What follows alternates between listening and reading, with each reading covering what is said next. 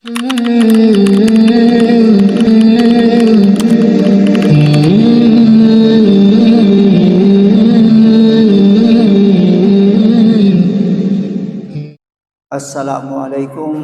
warahmatullahi wabarakatuh. Alhamdulillah wa syukrulillah wassalatu wassalamu ala rasulillah wa ala alihi wa sahbihi ajma'in. Sidang jemaah yang saya muliakan, alhamdulillah saya sangat bergembira datang di masjid ini para jemaah sekalian. Di antaranya karena saya tadi rumah saya di Kompleks Umi para jemaah sekalian. Dan ternyata jalanan dari sana ini banyak yang macet. Ya, jadi dan yang mendebarkan hati saya karena di tengah jalan ada mie yang kamat para jemaah sekalian. Baru di Sungai Sadam baru ada mie yang kamat. Saya bilang macet ini. Terlambat mie ini. Sampai di sini lagi macet lagi para jemaah di sini. Ya terpaksa saya turun mobil jalan cepat-cepat. Saya kira di sini juga sudah selesai mis. Tapi alhamdulillah para jemaah sekalian banyak karena waktunya itu sampai 20 menit, alhamdulillah saya masih dapat dan tidak sampai terlambat. Alhamdulillah. Para jemaah sekalian, saya juga tertarik dengan Ananda tadi yang membacakan surat Asy-Syamsi. Di situ ada ayat yang sangat bagus para jemaah sekalian untuk selalu menjadi ingatan kita dan perhatian kita. Ialah ayat yang menjanjikan kebahagiaan dan keberuntungan. Jadi ada yang Allah Subhanahu wa taala mengatakan beruntunglah. A'udzubillahi minasyaitonirrajim. Qad aflaha man zakkaha. Sungguh beruntunglah orang-orang yang selalu mensucikan jiwanya. Wa qad khaba man dassaha. Dan merugilah orang-orang yang membiarkan jiwanya kotor pada jemaah sekalian. Jadi sebelumnya itu dikatakan wa nafsu wa ma sawaha. A'udzubillahi minasyaitonirrajim. Wa nafsu wa ma sawaha. Dan demi jiwa dan Allah yang menyempurnakan penciptaan jiwa ini. Menurut para ulama kita ini adalah sumpah. Allah Subhanahu wa taala bersumpah demi jiwa. Kalau Allah bersumpah, hadirin yang kami muliakan, itu menunjukkan penting sekali kita perhatikan itu. Apa yang menjadi sumpahnya Allah Subhanahu wa taala? Maka di dalam ayat ini yang menjadi sumpah adalah jiwa. Supaya kita memperhatikan dan merenungkan bagaimana hakikat daripada jiwa kita ini para jemaah sekalian. Ternyata menurut dalam Al-Qur'an, jiwa kita ini pernah dekat dengan Allah Subhanahu wa taala. Kapan jiwa kita ini dekat dengan Allah Subhanahu wa taala? Sebelum kita lahir ke dunia ini, di waktu kita berada di alam arwah, maka Allah Subhanahu wa taala bertanya kepada ruh, nyawa dan jiwa yang akan hidup di dunia ini, hadirin yang kami muliakan. Ini disebutkan dalam surat Al-A'raf ayat 172. Di mana Allah bertanya, "Alastu bi rabbikum?" Bukankah aku Tuhan kamu sekalian, wahai jiwa yang akan hidup ke dunia ini? Qalu bala. Mereka mengatakan bahkan ya Allah. Syahidna, kami menyaksikan, kami mengakui bahwa Engkaulah Tuhan kami. Para jemaah sekalian, di saat jiwa kita itu dekat dengan Allah Subhanahu wa taala, malahan bisa berdialog dengan Allah Subhanahu wa taala, maka dapat dipastikan jiwa kita di waktu itu bersih, pasti bersih para jemaah sekalian. Tidak mungkin kita dekat dengan Allah kalau kita kotor. Dan pasti jiwa kita itu bercahaya. Itu bisa dipastikan karena Allah itu Allahu nurus samawati wal ard. Allah itu cahaya dan sumber cahaya di langit dan di bumi. Sekarang mari kita perhatikan Nabi Adam alaihissalam. Dalam surat Al-Hijr, hadirin yang kami muliakan, ayat 29 dikatakan, "Fa idza sawaituhu." Apabila aku telah menyempurnakan penciptaan Adam ini, wa nafakhtu fihi min ruhi, dan aku tiupkan padanya ruhku, kata Allah. Ini para jemaah sekalian. Jadi ruh yang ditiupkan itu adalah ruhnya Allah. Tetapi dalam terjemahannya dikatakan ruh ciptaan Allah.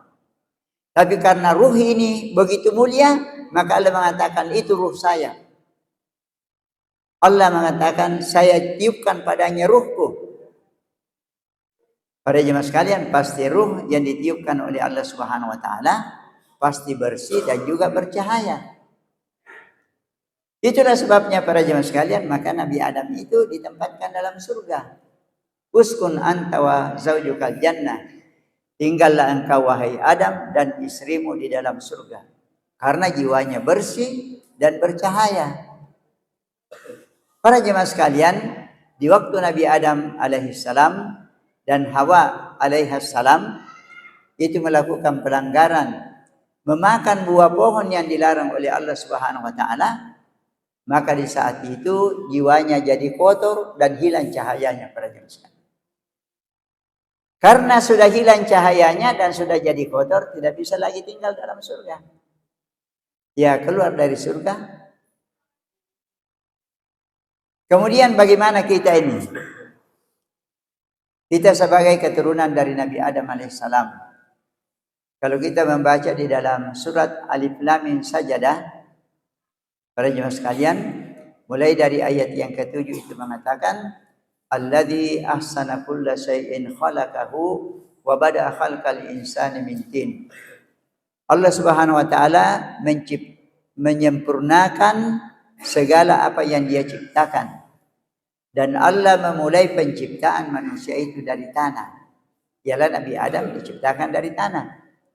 Tsumma ja'ala naslahu min sulalatin min ma'in mahin. Kemudian Allah menjadikan keturunannya dari air yang hina. Tsumma sawwahu. Kemudian Allah menyempurnakan penciptaan manusia di dalam rahim ibunya. Wa nafakha fihi min ruhihi. Dan Allah meniupkan padanya ruhnya. Ini lagi para jemaah sekalian. Jadi rupanya sama saja para jemaah. Sama ruh yang ditiupkan kepada Nabi Adam. Itu ruhnya Allah Subhanahu wa taala dalam arti ruh ciptaan Allah. Dan Allah sendiri yang meniupkannya. Tetapi dalam hadis dikatakan peniupan ruh ke dalam janin yang ada dalam rahim ibu itu dilakukan oleh atau diwakilkan kepada para malaikat. Malaikat itu hadirin yang kami muliakan adalah makhluk yang bersih, yang bercahaya. Kalau demikian, ruh yang dimasukkan ke dalam diri kita ini adalah ruh yang bersih dan bercahaya para jemaah sekalian. Itulah sebabnya di dalam hadis dikatakan, kullu mauludin yuladu alal fitrah. Semua anak yang dilahirkan itu dilahirkan atas dasar kesucian. Semua anak di seluruh dunia ini para jemaah sekalian, yang beriman, yang kafir, yang Islam dan non-Islam, yang salah dan tidak salah, semuanya itu suci sebenarnya. Tapi dalam hadis itu dikatakan, karena pengaruh orang tua, pengaruh lingkungan, pengaruh setan, ya pengaruh hawa nafsu kita sendiri, maka jiwa itu ada yang menjadi kafir, ada yang menjadi munafik, ada yang fasik, ada juga yang tetap beriman. Apa buktinya para jemaah sekalian bahwa seluruh manusia ini sebenarnya dia dilahirkan dalam keadaan suci. Ini minta maaf Pak, kalau saya tanya kepada jemaah, kira-kira manusia mana yang paling kafir yang pernah hidup di dunia ini Pak? Yang paling kafir kira-kira? Ya. Kira-kira siapa yang paling kafir yang pernah hidup di dunia ini? Ya. Fir'aun Pak, cocok. Ya Fir'aun. Karena Fir'aun mengatakan ana rabbukumul a'la. Sayalah Tuhanmu yang paling tinggi. Malahan dia membunuh anak kecil, anak laki-laki dan seterusnya. Jadi ini Fir'aun yang begitu kafir, apakah kira-kira dalam jiwanya itu ada bibit kebersihan? Ada Pak. Ada bibit iman dalam jiwanya itu. Ini diceritakan dalam surat Yunus para jemaah sekalian. Di situ dikatakan, A'udzubillahi minasyaitonirrajim. Wajawazna bi bani Israil al-bahra. dan kami selamatkan Bani Israel itu melintasi lautan. Fa'atba'ahu Fir'aunu wa junuduhu bagian wa adwan. Lalu dia diikuti oleh Fir'aun dan tentaranya yang menyombongkan diri dan mau berbuat aniaya, mau membinasakan Nabi Musa, Nabi Harun dan Bani Israel. Ini di waktu laut itu terbelah. Maka Bani Israel sudah selamat ke seberang. Fir'aun baru masuk dengan tentaranya. Hatta idza adrakahul gharaqu, sehingga apabila Fir'aun itu tenggelam karena laut ini bersatu kembali, apa yang terjadi para jemaah? Apa yang dikatakan oleh Fir'aun? Dia katakan, amantu, saya sudah beriman. Annahu la ilaha illalladzi amanat bihi banu Israel, bahwa tiada Tuhan yang sebenarnya kecuali yang dipercaya oleh Bani Israel. Wa ana minal muslimin, sekarang saya sudah menyerah. Saya sudah tobat dan tidak mau lagi mengatakan saya Tuhan. Ini Pak, jadi keluar aslinya itu. Bibit iman yang dia bawa, itu keluar.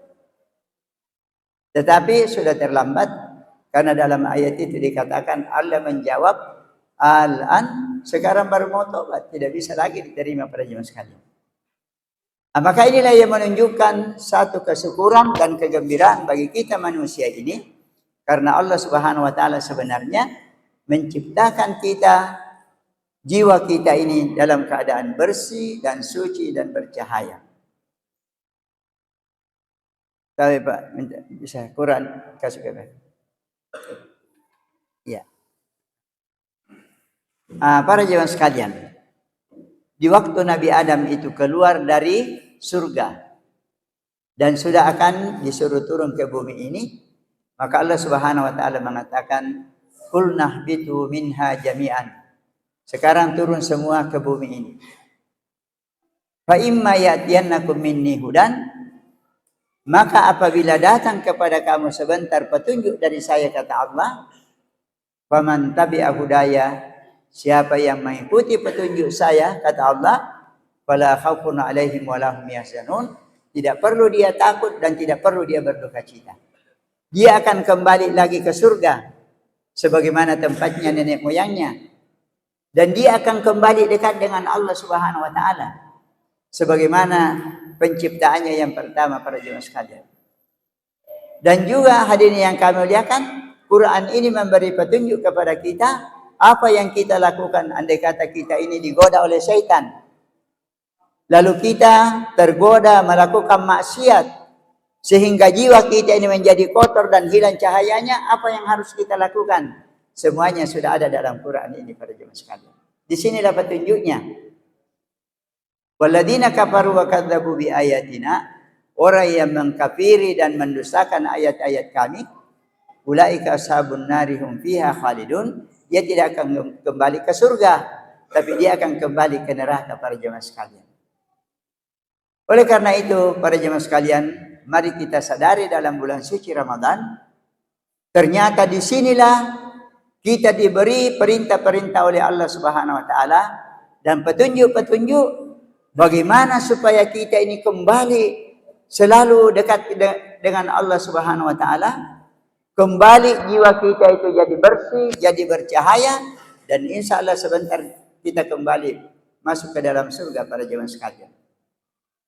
Contohnya, apa yang bisa menjadikan jiwa kita ini menjadi bersih? Yang pertama adalah taubat para jemaah sekalian. Dalam Quran dikatakan, a'udzubillahi minasyaitonir rajim, qul ya ibadiyalladzina asrafu ala anfusihim.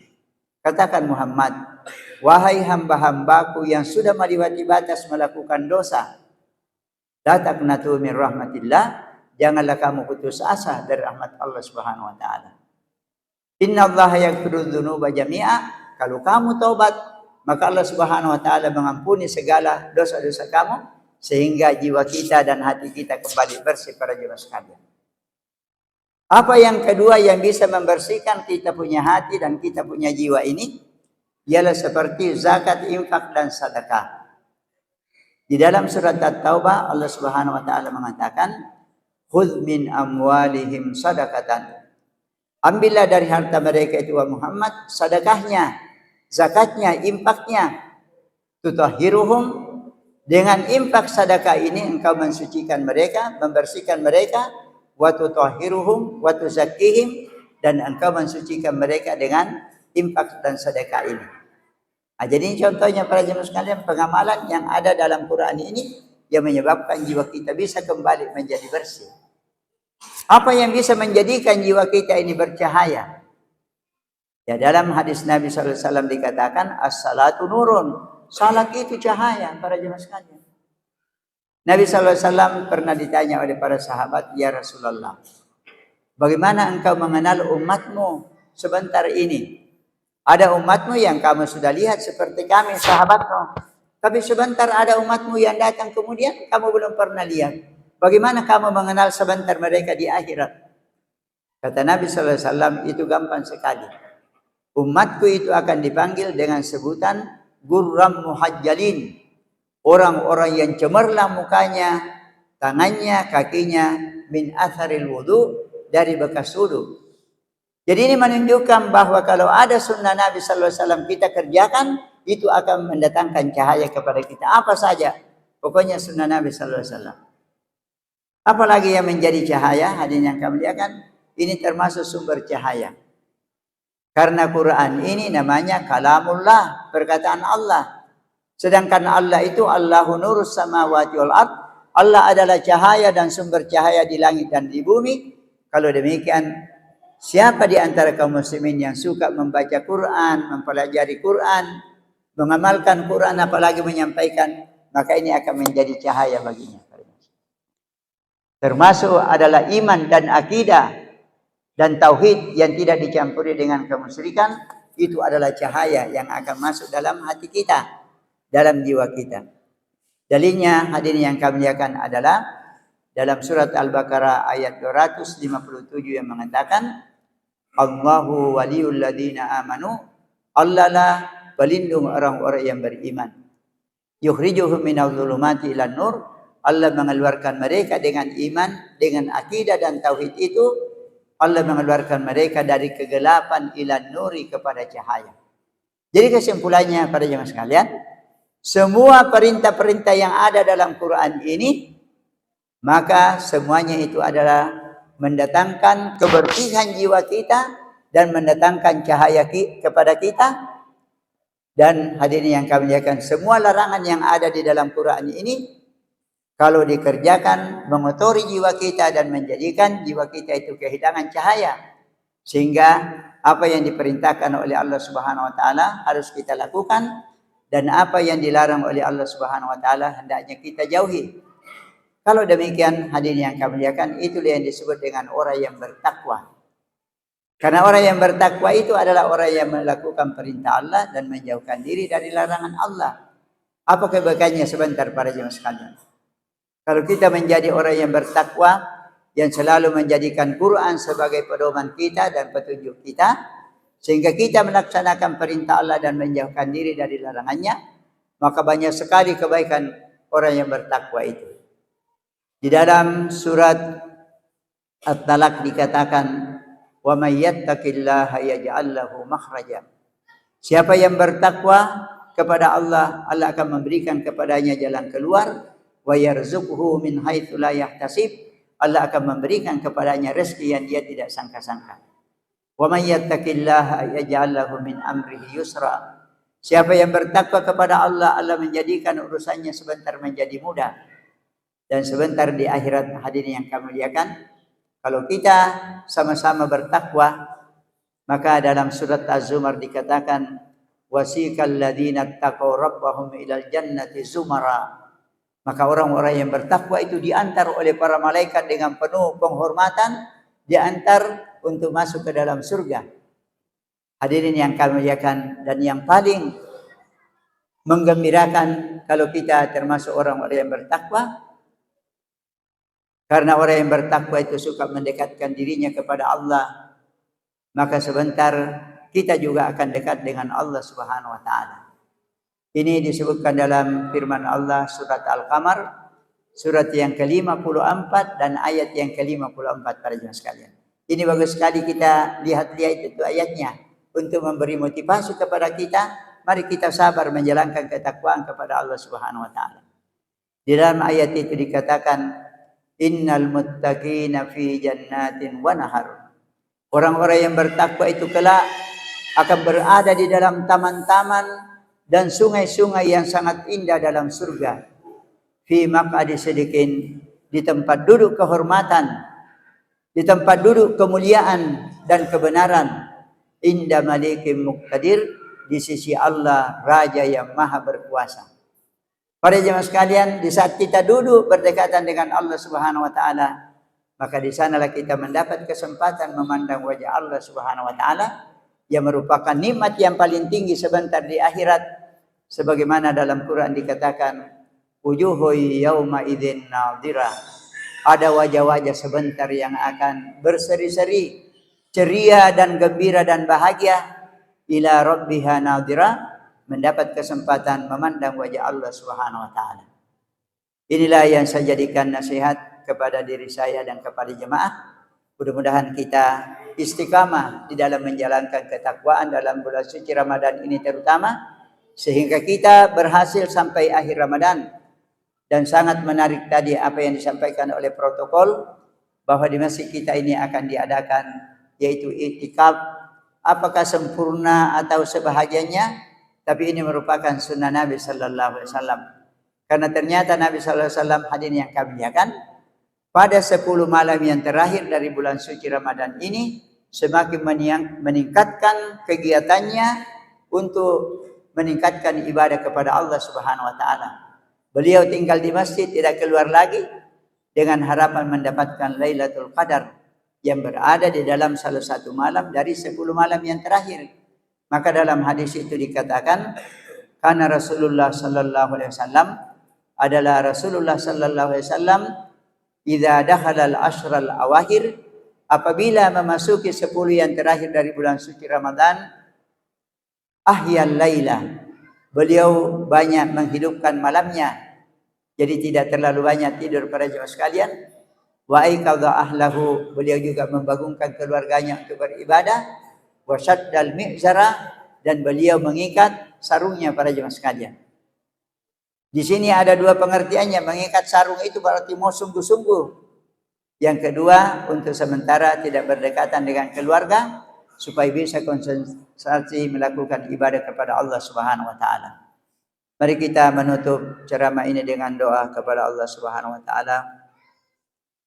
Allahumma ya Allah, a'inna, tolonglah kami ala dzikrika, untuk selalu berzikir kepadamu, wa syukrika, dan bersyukur kepadamu, wa husni ibadatika, dan memperbaiki ibadah kepadamu. Ya Allah, jadikanlah hari umur kami yang paling berbahagia adalah umur yang terakhir.